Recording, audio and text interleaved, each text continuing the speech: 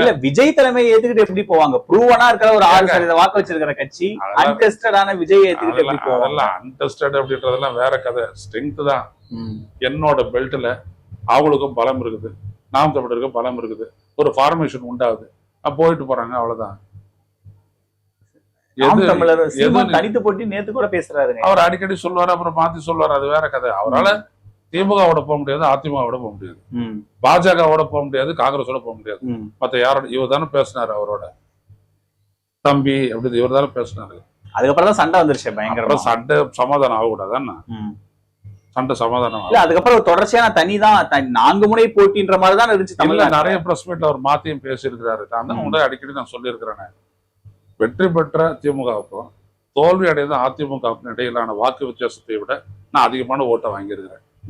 என்னாலதான் சீஃப் மினிஸ்டரா ஸ்டாலின் உட்கார்ந்துட்டு இருக்கிறாரு. அடுத்த முறை அதை நான் விட மாட்டேன். அப்படின்னா என்ன அர்த்தம்?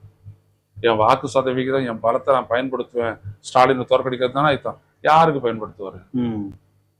அப்போ போடணும் அப்படின்றதுதான் ஒண்ணும் இல்ல. அதெல்லாம் வேண்டாம், இப்ப வரலாம் விட வேணாம். பாருங்க, ஆன் த டேபிள் பாசிபிலிட்டி இருக்கா இல்லையா? அன்புமணி, சீமான், விஜய் 3 முதலமைச்சர் வேட்பாளர் ஒரே அணியில. அதெல்லாம் யாரும் கிடையாதுங்க. அதெல்லாம் ஜெயிச்சாதானே முதலமைச்சர். ஒரு இடம்னு ஒண்ணு இருக்குல்ல. 2வது இடம் அதிமுக அணியா விஜய் அணியா? வருமா வராதா?